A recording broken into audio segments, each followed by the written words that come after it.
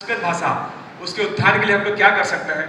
ऐसे ही fit India के तहत हम अपने शरीर को किस प्रकार से फिट रख सकते हैं, क्योंकि स्वस्थ शरीर में स्वस्थ मस्तिष्क निवास करता है। और निश्चित रूप से इस प्रकार का आह्वान हमारे सभी महापुरुषों ने भी किया है। उन्होंने न केवल हमारे वैचारिक प्रबोधन की बात की, अपितु हमारे शरीर सौष्ठव की बात भी उन्होंने हमेशा कही। महर्षि अरविंद जी के जिस विषय पर हम लोग आज बात करना चाहते हैं, मित्रों, आज उनके जीवन से हमें प्रेरणा लेने के लिए केवल 2-3 विषय में आप लोग से समझ रखना चाहूंगा। उन्होंने सदैव आग्रह किया कि हम एक अनुशासित दिनचर्या का पालन करें। निश्चित रूप से जो व्यक्ति एक अनुशासित दिनचर्या का पालन करता है, समाज में वही अनुकरणीय कार्य कर पाता है। इसलिए हम योग को स्थान तो दे ही, आध्यात्मिक और अलौकिक विषयों को भी हम लोग कहीं ना कहीं आत्मसात करने का प्रयास करें। निश्चित रूप से अभी हमारे सम्मानीय मंचस्थ मुख्य अतिथि हम सबको यहाँ संबोधित तो करेंगे ही। मेरा केवल आज के इस अवसर पर 2 आग्रह है। अभी जैसे आदरणीय गौर सर ने कहा कि 1,70,000 पौधारोपण करके हम पूरे मध्य प्रदेश के अंदर हरदा जिला हमारा नंबर 1 स्थान पर आया है। निश्चित रूप से समाज के सहयोग से संभव हो पाता है। और हमारे जो महापुरुषों ने कहा है उसमें सही मायने में जब सामाजिक इन्वॉल्वमेंट होता है, तब निश्चित रूप से क्रांतिकारी उदाहरण के रूप में समाज कहीं ना कहीं खड़ा होता है। आज हमें ध्यान में आता है कि पश्चिम बंगाल के अंदर एक निर्दयी और निर्मम जिस प्रकार की गवर्नमेंट काम कर रही है। आज मैं चूंकि इस विषय से इसलिए आप लोगों को टच करना चाहता हूँ। समाज के अंदर एक जो ज्वलंत मुद्दा वर्तमान में है। हमारे यहाँ कहा जाता है कि यत्र नारस्तु पूजन्ते रमन्ते तत्र देवताः, यत्र नारस्तु न पूजन्ते सर्वास्त्राफलः क्रिया। निश्चित रूप से जहाँ पर पूरी दुनिया के अंदर जिस देश को माता का स्थान दिया गया है, आज दुर्भाग्य है कि पश्चिम बंगाल के अंदर जिस सरकार का नेतृत्व एक महिला कर रही है, वहाँ की महिलाएं असुरक्षित महसूस कर रही है। आए दिन जिस प्रकार की घटनाओं का हम लोग सामना करते हैं, निश्चित रूप से ऐसे महापुरुषों ने जीवन से कुछ सीख लेते हुए समाज हित में, देश हित में जब जब भी हमारी कोई आवश्यकता पड़े, हम पूरी तल्लनता के साथ, पूरी ताकत के साथ अपने अपने दायित्वों का निर्वहन करें। मित्रों, मोमबत्तियां निकालना चाहिए, निश्चित रूप से कोई बुराई नहीं है, लेकिन आज आवश्यकता है समाज को जागृत करने की। और इस प्रकार के बौद्धिक कार्यक्रमों से ही हम हमारे समाज को जागृत कर सकते हैं। मैं जन हित परिषद का आभार व्यक्त करता हूं कि उन्होंने इस प्रकार का एक बौद्धिक कार्यक्रम आयोजित किया है। मैं आप सभी से करवत निवेदन करता हूं कि समाज में जब जब हमारी आवश्यकता हो, एक जिम्मेदार नागरिक के रूप में हम समाज हित में, देश हित में अपनी अपनी जवाबदारी का निर्वहन करें। यही मैं आप सबसे आग्रह करना चाहूंगा। महर्षि अरविंद जी के जीवन से हम सब प्रेरणा लें और समाज हित में, देश हित में अपने अपने दायित्व का निर्वहन करें। आप सबने मुझे यहाँ बोलने का मौका दिया, आप सबने मुझे बहुत ही धीरता गंभीरता के साथ सुना। मैं आप सभी उपस्थित जनों की अनुशासित उपस्थिति को सादर नमन करते अपनी बात को विराम देता हूँ। बहुत बहुत धन्यवाद। जय हिंद, जय भारत। आज जन अभियान परिषद के द्वारा इस कार्यक्रम के मुख्य अतिथि आदरणीय राजेश जी वर्मा, जिला अध्यक्ष भारतीय जनता पार्टी, बड़े भैया श्याम जी शर्मा, बसंत भाई राजपूत जी, सम्मानित मंच, सभी का मैं स्वागत करता हूं, वंदन करता हूं, अभिनंदन करता हूं। साथ ही जन अभियान परिषद के समस्त विद्यार्थी और वरिष्ठ गण जो बैठे हैं, आप सभी का स्वागत है, वंदन है, अभिनंदन है। अभी आज हम ये आयोजन जन अभियान परिषद के माध्यम से जो महर्षि अरविंद जी की 152वीं जयंती मनाई जा रही है, ये बड़े सौभाग्य की बात है कि ऐसे महापुरुषों के बारे में हमें आज ये जानकारी आपके द्वारा, आपके विभाग के द्वारा ये प्रयास किया जा रहा है कि महापुरुषों के बारे में बताया जा रहा है। जहाँ तक मैंने सुना है कि ये लगभग प्रथम चिंगारी थी। प्रथम चिंगारी के नाम से इनको जाना जाता था। 1952-1950 में इनका जन्म हुआ था, कलकत्ता में जन्मे थे और 5 वर्ष की आयु से 21 वर्ष की आयु तक इन्होंने विदेश में अध्ययन किया है। वहाँ से ही इन्होंने IAS में जाने के लिए लगभग सफल हो चुके थे। उस समय घुड़सवारी की कोई प्रथा थी, उसमें घुड़सवारी का देना पड़ता था। घुड़सवारी की परीक्षा में पास न होने के कारण वो सफल नहीं हो पाए थे। बाकी उन्होंने अपने जीवन को हमेशा देश हित के लिए क्रांतिकारी के रूप में बनाया। फिर क्रांतिकारी कदम के बाद उन्हें किसी विषम परिस्थिति में जेल जाना पड़ा। वहाँ से वो धर्म में आस्था के प्रति अपनी पूरी लगाव, पूरे धर्म के प्रति समर्पित हो गए थे। उन्होंने कृष्ण भक्ति में अपना जीवन पूरा बिताया था। तो ऐसे महान संत के बारे में आज हमें इस मंच पे आने का अवसर मिला। मैं जन अभियान परिषद को बहुत बहुत धन्यवाद देना चाहता हूँ कि आपने हमें इस मंच पे आमंत्रित किया। साथ ही जो अभी गौहर जी ने और बसंत भाई ने जो एक पौधा माँ के नाम लगाने के लिए अभियान की बात कर रहे हैं, तो ये कितना अच्छा अभियान है। अपन सोच के तो देखें, एक पौधा माँ के नाम, माननीय प्रधानमंत्री जी की जो सोच है, जो प्रधानमंत्री जी प्रथम पहले दिन लाल किले पे आए थे, जब उन्होंने शपथ ली थी, उस समय सबसे पहले शौचालय लेके आए थे, तो विपक्ष वाले बड़े हंस रहे थे कि शौचालय बनाएंगे क्या होगा 12,000 रुपये में। पर आज देखो रे, किसी बहन की इज्जत बचाने का काम किया था, किसी माँ की इज्जत बचाने का काम किया था, माननीय प्रधानमंत्री मोदी जी ने किया था। उसी तारतम्य में यदि हम कोरोना काल यदि देखें तो कोरोना काल में सांसें हो रही थी कम, तो हम पेड़ लगाए। हम तो ये नारे के साथ यदि हम पेड़ को लगाने के साथ और अगला जन्मदिन पेड़ के साथ मनाएं, हमने जो फोटो आज निकाली है पेड़ के साथ, तो मैं आप सभी से निवेदन करूंगा कि अगली फोटो भी उसके पौधे के जन्मदिन पे वो फोटो आप लगाएंगे तो ये हमारी मोदी जी का अभियान पूर्ण रूप से सफल होगा। सभी को धन्यवाद। जय हिंद, जय भारत, जय मध्य प्रदेश। हम सब लोग श्री अरविंद जी के जन्म उपलक्ष्य में उनकी जन्म जयंती पर आज एकत्रित होकर उनके विचारों से अवगत हो रहे हैं। हम लोगों ने 15 अगस्त को अपने सीमित साधनों से हमारे अपने आश्रम में श्री अरविंद जी का जन्म उत्सव मनाया था। मैं श्री अरविंद जी को प्रणाम करते मंचासीन मंच को प्रणाम करते हुए अपना उद्बोधन शुरू करता हूँ। श्री अरविंद जी घोष एक महान विद्वान, योगी, भविष्य दृष्टा, दार्शनिक, समाज सुधारक, कवि और राष्ट्रवादी पुरुष थे।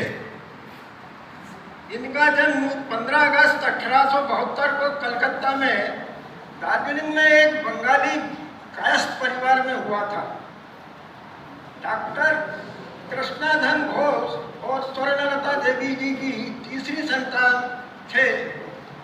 इनके पिता अंग्रेजी में की सभ्यता के बड़े समर्थक थे। 5 वर्ष की उम्र में इनका दाखिला दार्जिलिंग के एक अंग्रेजी स्कूल में लॉरेंट कॉन्वेंट में करवा दिया गया एवं आगे की पढ़ाई के लिए 7 वर्ष की अल्पायु में इन्हें लंदन के सेंट पॉल स्कूल में भेज दिया गया। आज के समय के मान से आज से 150 साल पहले इसी बालक को 7 वर्ष की उम्र में लंदन पढ़ने के लिए भिजवा दिया जाए, ये मुझे तो ऐसा लगता है कि प्रभु की जो इच्छा होती है कि आगे उनको किस व्यक्ति से क्या कार्य कराना है उसकी रूपरेखा बनाकर वो अपना कार्य करवाते हैं। तो इसी कड़ी में श्री अरविंद जी लंदन पढ़ाई के लिए चले गए। वो बहुत ही प्रतिभाशाली थे। उन्होंने वहाँ पर विश्व के सारे साहित्यों का अध्ययन किया, सारी भाषाओं का अध्ययन किया और उसके बाद हर बार वो प्रथम आते रहे। अब इस अध्ययन करने के बीच में एक उनके मन में एक विचार आया कि हम भारतीय बने। तो उनके पिताजी ये चाहते थे कि उन दिनों आईपीएस होता था कि वो आईपीएस बनकर भारत में आकर उच्च सेवा में अपना कार्य करें। लेकिन श्री अरविंद जी के मन में एक प्रेरणा जागी कि नहीं, मुझे अंग्रेजों का गुलाम बनकर उनकी सेवा नहीं करना है, मुझे देश सेवा करना है। मेरे देश में मेरे भारत माता के ऊपर विदेशियों के द्वारा जो आघात किए जा रहे हैं, मुझे इसको मेरे प्रयासों से जो भी कर सकता हूँ इसको दूर करना है। तो वहाँ से उन्होंने हमारा अंतिम लक्ष्य होता है कि व्यक्ति को मोक्ष प्राप्त हो गया, तो मोक्ष प्राप्ति के लिए व्यक्ति को अपनी जो निम्न आवेग होते हैं, अपनी जो बुराइयाँ होती हैं उसको दूर करना होता है। उन सबको दूर करके वैराग्य धारण करके मोक्ष की प्राप्ति होती है। लेकिन श्री अरविंद जी ने एक अपनी नई विचारधारा प्रस्तुत की कि व्यक्ति भगवान से जुड़कर अपनी चेतना का आरोहण करे। धीरे धीरे चेतना का आरोहण करके पूर्ण रूप से जब चेतना विकसित हो जाए तो वो अतिमानसिक चेतना का उन्होंने नाम दिया। अतिमानसिक चेतना में जब व्यक्ति आ जाता है तब वो पूर्ण रूप से अपने आप को प्रभुमय पाता है, पूर्ण रूप से प्रभु के विचारों से भरा हुआ होता है, पूर्ण रूप से प्रभु के ही चिंतन मनन और प्रभुमय हो जाता है। ये एक स्थिति उन्होंने अपनी थीसिस दी और उसके बाद फिर व्यक्ति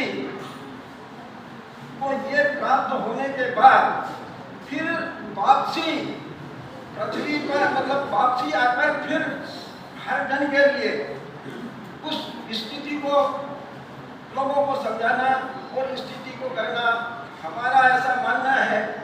सारे विद्वान लोग भी बताते हैं कि श्री अरविंद जी और श्री माँ की शिक्षा आज भी सारे विश्व में भारत की चेतना को विकसित करने के लिए अपनी भारतीय संस्कृति को आरोहण करने के लिए कार्यरत हैं और हम सब लोगों को प्रेरणा देते हैं और उन्हीं के प्रेरणा के अंतर्गत हम लोग अपने विचार आप लोगों के बीच में प्रस्तुत करते हैं। कि महर्षि अरविंद के आगे बहुत सारे उपसर्ग लगते हैं। वो कवि थे, साहित्यकार थे, क्रांतिकारी थे, युग दृष्टा थे और भी बहुत कुछ थे। मतलब उनके बारे में जो जो कहा जाए, उन्होंने बहुत सारे चीज़ों के साथ में अपना काम किया। 7 साल की उम्र में आपने बताया विदेश चले गए थे, बहुत बचपन से प्रतिभाशाली थे, ये सारी चीज़ें थी। चूँकि मुख्य वक्ताओं ने बहुत सारी बातें बता दी, मुझे बहुत अधिक बात न करते हुए मैं तो इतना जो महर्षि अरविंद जी के पूरे विचारों को अगर सुनने के बाद में कुछ बातें ध्यान में आती है, तो उन्होंने जो मोटी मोटी बात कही वो ये कही कि मनुष्य के अंदर कई प्रकार के जो हमारे अंदर विचार आते हैं, जिसको हम अच्छे विचार भी कहते हैं, बुरे विकार भी कहते हैं, मनोविकार भी कहते हैं, जिसको तत्वगुण, रजोगुण, कई प्रकार की परिभाषा है आध्यात्मिक दृष्टि से। मगर अरविंद जी कि मनुष्य को मानव से अति मानव बनने के लिए अपने जो बुरे गुण हैं, जो हमारी बुराइयां हैं, जो हमारे मन के अंदर हमेशा बुरे गुण हमारे को हमेशा घेरते रहते हैं, उन बुरे गुणों को अगर हम छोड़ेंगे और अच्छे गुणों को अपनाते हुए हम आगे बढ़ेंगे तो एक अच्छे नागरिक बनेंगे। मनुष्य व्यक्ति से मनुष्य बनने की जो प्रक्रिया है अगर हम वो करते हैं तो निश्चित रूप से एक अच्छे मनुष्य जब हम बनते हैं उसके अंदर बहुत सारी चीज़ें आ सकती हैं। उन्होंने आध्यात्म की बात भी की, योग की बात भी की, राष्ट्रवाद की बात भी की, वंदे मातरम की बात भी की। और इस प्रकार से वो चाहते थे, क्योंकि वो जो समय था उस समय अंग्रेजों का यह शासन था और हमारे देश के नौजवानों के अंदर, हमारे देश के लोगों के अंदर कहीं ना कहीं एक राष्ट्रवाद का भाव जगाना था, एक भारतीयता के साथ जोड़ना था। एक अगर वो राष्ट्रभक्त नागरिक उस समय समाज के अंदर तैयार होंगे तभी जाकर हम देश को गुलामी से मुक्त करा सकते थे। इसलिए उन्होंने साहित्य के माध्यम से, कविताओं के माध्यम से, विचारों के माध्यम से और हमारे नौजवानों से ये आह्वान किया कि हम सब राष्ट्रभक्त नागरिक बने। हमारे देश के प्रति हमारे अंदर एक कहीं जज्बा होना चाहिए कि हम जिससे उन्होंने स्वदेशी का भी आंदोलन चलाया, विदेशी वस्तुओं का बहिष्कार करने की बात करी, विदेशियों का बहिष्कार करने की बात करी, तमाम प्रकार के उनके विचार थे। और मूल रूप से वो ये चाहते थे कि हमारा देश स्वतंत्र हो, हमारे देश के नागरिकों के अंदर भारत के प्रति एक स्वाभिमान का भाव जगे और उसके लिए भी एक अच्छे नागरिक बने। और अच्छे नागरिक हम तभी बनेंगे जब हमारे अंदर श्रेष्ठ गुणों का विकास होगा, जो कई प्रकार के जिसको बोलते हैं ना शाश्वत मूल्यों का जब हमारे अंदर विकास होता है। हालांकि वो बहुत कठिन प्रक्रिया है कि हम असत्य को छोड़ दें, हमेशा सत्य बोले, हमारे अंदर पर दुख कातरता का भाव हो, सामाजिक संवेदनशीलता हो, ये जो कई प्रकार के ऐसे गुण हमारे बताए, शाश्वत मूल्य बताए गए, हमारे सनातन में शुरू से ये बात कही गई है। उन गुणों का जितना विकास हमारे अंदर होता जाएगा उतने हम श्रेष्ठ बनते जाएंगे। यही कहीं ना कहीं अरविंद जी का संदेश था। आज की उनकी जन्म जयंती पर मैं उनके श्री चरणों में प्रणाम करता हूँ और आप सब लोगों से ये निवेदन करता हूँ कि अरविंद जी एक युग दृष्टा से उन्होंने एक लंबा सोच के बहुत सारी चीज़ें लिखी है, बहुत सारे उनके विचार हैं, उनको हम सबको पढ़ना चाहिए। वो हमारे स्वयं के व्यक्तिगत जीवन में भी और राष्ट्र के जीवन में भी उनके लिखे हुए सारे साहित्य, उनकी कविताएं आज भी हमारे लिए प्रासंगिक हैं और उससे हमको लगातार प्रेरणा मिलती है। आज उनकी जन्म जयंती पर बहुत बहुत सादर नमन, उनके चरणों में नमन और जन अभियान परिषद के सभी साथियों को प्रणाम जिन्होंने मुझे आज भी वैसे कार्यकर्ता के रूप में याद किया, इसलिए उनका बहुत परिवार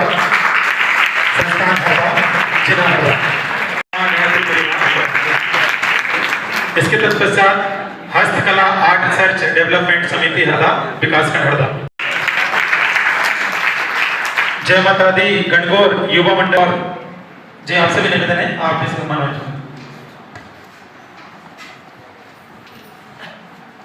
सेवा भारती उत्थान समिति खिड़कियां कनाडा, भारत विकास परिषद हरदा, निरंतर संस्था हरदा, शैक्षणिक एवं विकासशील संस्था खिड़कियां, ग्राम विकास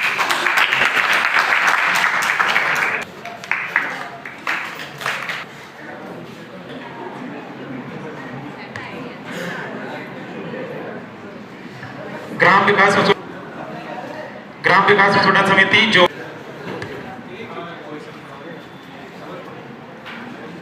ग्राम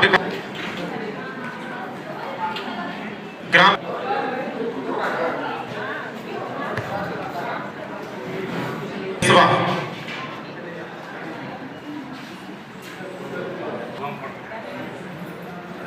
चेन्नई, ग्राम विकास प्रशोधन समिति बालागांव, ग्राम विकास नगर विकास प्रशोधन समिति हरदा,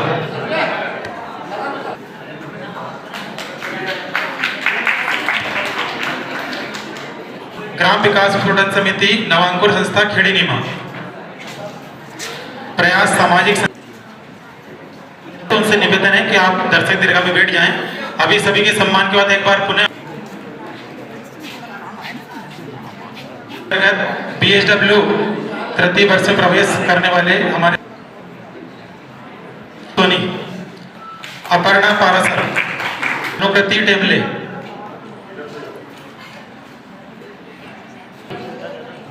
कौशल्या पवार और प्रशांत शर्मा चयनित परामर्शदाता प्रेम गाटिया विकास, कंचना चौहान हरदा, सुरेंद्र चौहान हरदा,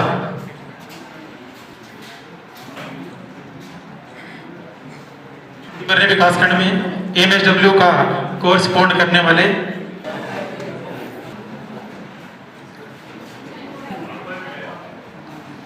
जिन भी छात्र छात्राओं के नाम आमंत्रित कर रहा हूं, आपसे निवेदन है अतिशीघ्र मंच पर आए। सीमा चौरे, सीमा चौरे, राकेश पिपल ने, लवेंद्र सिंह राजपूत,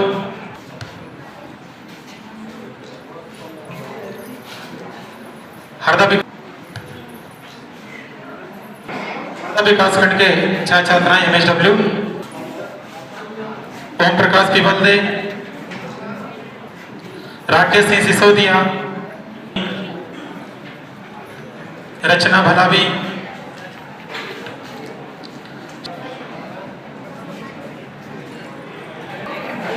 राजवैद्य, समित उपाध्याय, कर्ण कुमार महबिया, संजू डोंगरे शर्मा,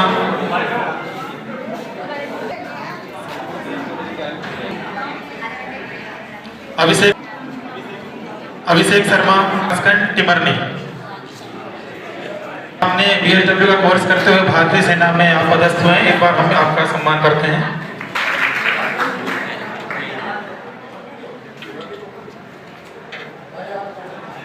इसके बाद टिमरनी विकास खंड से ग्राम विकास प्रशोधन समिति छिपानेर, विकास प्रशोधन समिति जलोदा, नगर विकास प्रशोधन समिति टिमरनी, ग्राम विकास प्रशोधन समिति कपासी,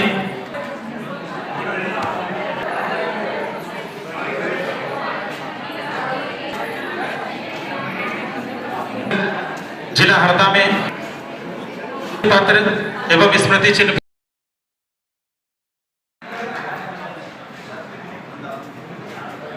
विकास खंड हरदा ने नर्मदापुरम संभाग में एवं MSW कोर्स में छात्रों को प्रवेश दिलाने में महत्वपूर्ण विकास खंड के लिए जोरदार।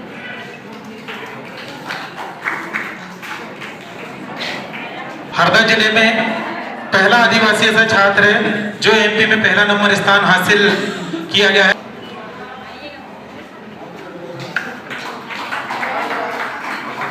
ग्राम विकास प्रशोधन समिति नवांकुर संस्था लोधिढ़ाना,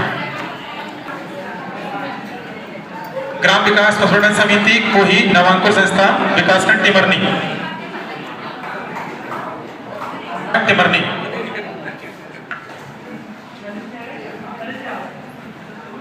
यहाँ पर उपस्थित है तो आपसे निवेदन है MP विश्वकर्मा जी आप आ जाएं।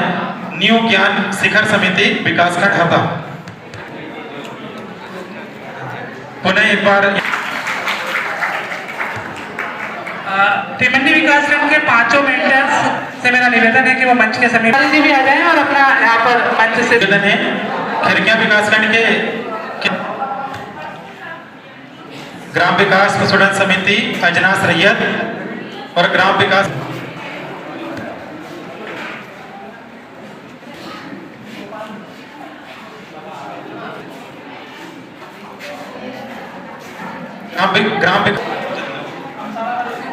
प्रस्फुटन समिति नवांकुर संस्था सभी से निवेदन है कि बगैर स्वल्प आहार के कोई नहीं जाए।